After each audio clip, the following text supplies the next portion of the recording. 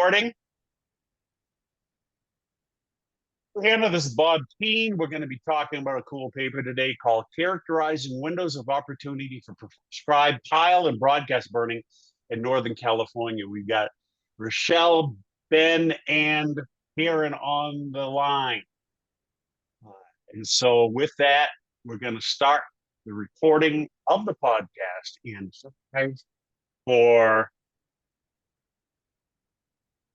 Hello, everyone. Bob Keane here again with another edition of Fire Ecology Chats. Fire Ecology Chats is a chat about paper that was recently published in the journal Fire Ecology. Fire Ecology is a journal that's published by Springer and overseen by the Association of Fire Ecology. And today, we're going to talk about a wicked cool paper, and we got three of the authors here to talk about it.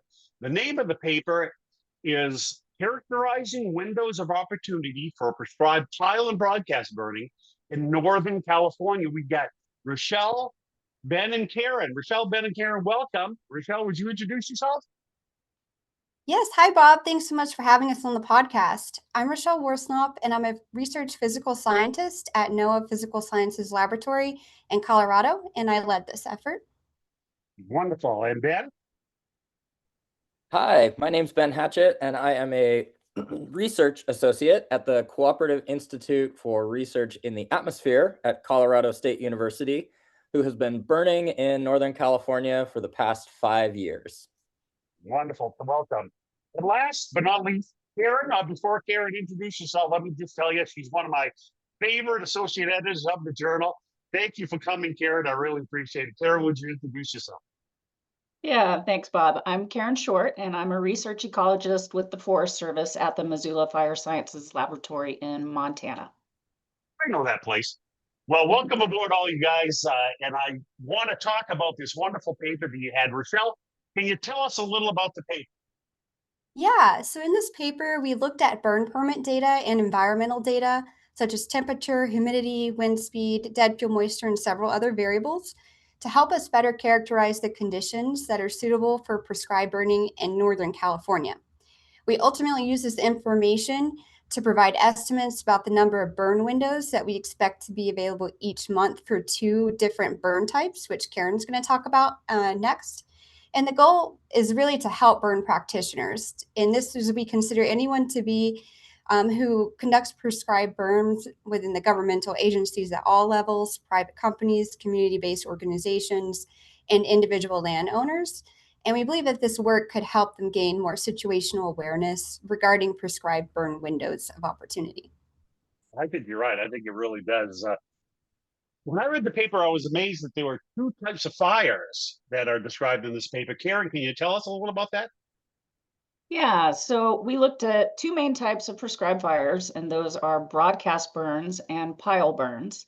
Both types of these fires are intentionally set, and they're intended to meet fuel reduction or other resource management goals. But the difference between the types is whether and how the fires spread. So broadcast burns are allowed to spread like fires normally do, but in a carefully managed fashion across a defined area. And on the other hand, a pile burn is pretty much like a bonfire, and it's not intended to spread beyond the stacked woody material that was yarded up prior. And in either case, regardless of fire type, practitioners must carefully plan their burns and conduct them only when conditions are favorable for meeting objectives and for keeping the burns where they're supposed to be. And those conditions are what are often called burn windows. Yeah, that's great. Uh, one of the things that readers most want to know is where was the study done and what species were involved? So, Ben, you're up for that one. So we focused on the area covered by the Northern California Geographic Area Coordination Center, which is predominantly in Northern California, as it sounds. And this area includes a tremendous diversity of ecosystems and landscapes across very flat terrain to very mountainous terrain, with technically over 14,000 feet of relief from the ocean to the top of Mount Shasta. And within this area, there are many high-risk fire sheds full of values at risk, including water and power infrastructure, as well as urban areas, urban interface, urban intermix, and many rural communities. The area also includes a ton of agricultural lands and ecosystems that range from grasslands to shrublands to oak savanna, mixed conifer, upper montane, and subalpine forests. And while we didn't look at any specific species, we did generalize into three main categories of locations where we know a lot of burning occurs. And those were grass, savanna, shrub areas, forest areas, and croplands. And we split those into areas above and below 1,000 meters in elevation. And so within those, we know a ton of important fire adaptive species occur. Some of my favorites are black oaks, pileated woodpeckers, and pretty much any species in the Clarkia genus. Great. That is truly a well-diverse study. When I read, I was very interested in the methods, and there were some unique methods that were used in the study. Rochelle and Ben, can you tell me about that? And Rochelle, why don't you go first? Yeah, of course. What we'd really like to highlight as an important component to our analysis is that we took a data-driven approach to define the environmental conditions, often referred to as burn prescriptions within burn plans, and that these conditions are needed to open up a burn window. Since there isn't a comprehensive database of past burn plans that outline these environmental conditions during those burns, past studies have needed to make assumptions about the prescriptions should be. This often looks like temperature between 32 and 90 degrees Fahrenheit, or relative humidity between 30 and 60%, etc. But because we worked with actual known go burn decisions, we didn't need to make assumptions about what counts as a burn day. Instead, we let the go burn decisions of thousands of burn practitioners populate what the environmental conditions should be to implement prescribed burns in Northern California. And as Ben mentioned, we were also able to take this a step further and define these prescriptions for different elevation and vegetation types.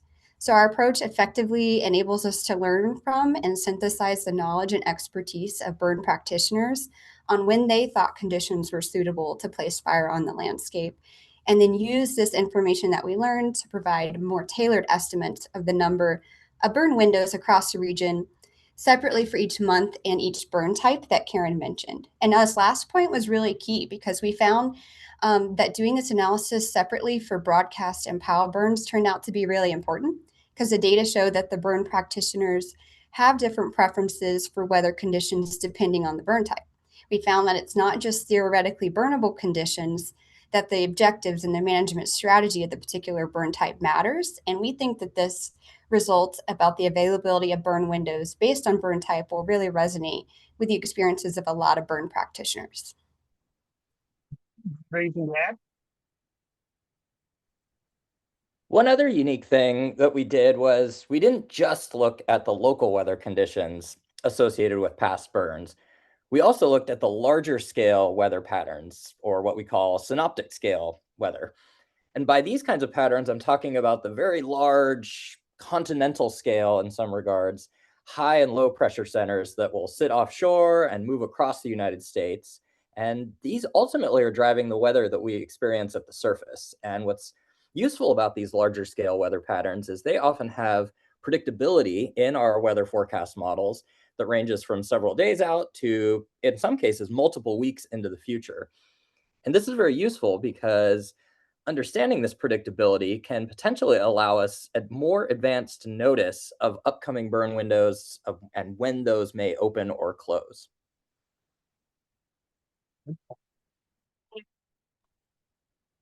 Results are probably going to be very useful to management, I can imagine. Karen, can you go into detail on this?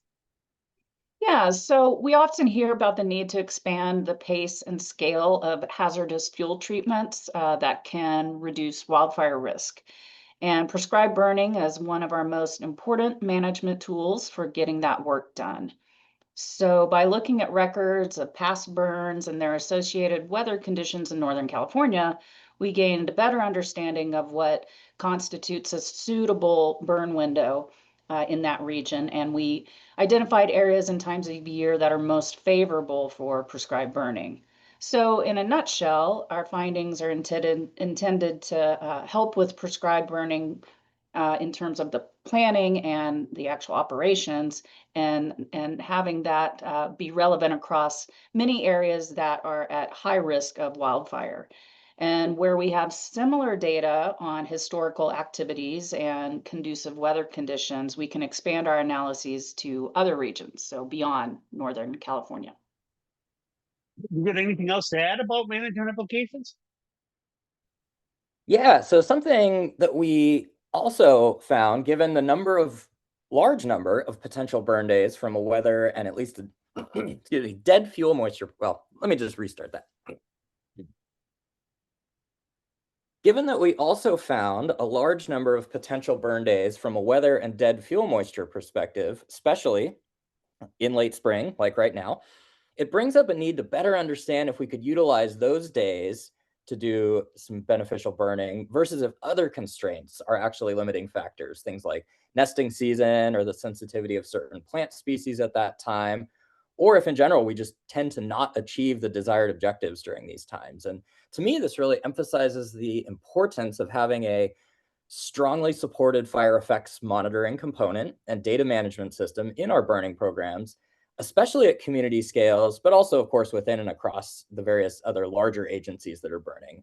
And that's because we want to learn what happens when we're burning in these shoulder seasons or during these otherwise windows of opportunity in varied systems. And with the expansion of prescribed fire programs across all of these different scales, from communities to agencies, I just see a lot of opportunity for good data collection to take place, provided we can figure out a reasonable way to do it that balances data quality and quantity with the resource availability to perform this monitoring over time.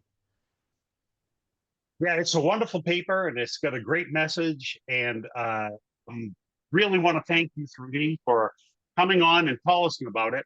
Rochelle, would you like to recognize the co-authors and funding agencies?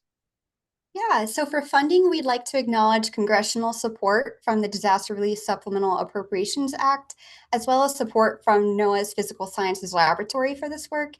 And we'd like to wholeheartedly recognize and thank our other co-authors, Andy Hoyle, Melissa Breeden, and Mike Hobbins from NOAA Physical Sciences Laboratory and the University of Colorado Boulder, and Teresa Chapman from the Nature Conservancy, and Zach Tolby, previously with NOAA Global Systems Laboratory, for their great contributions to this study. And it's really been a wonderful team working with all of them.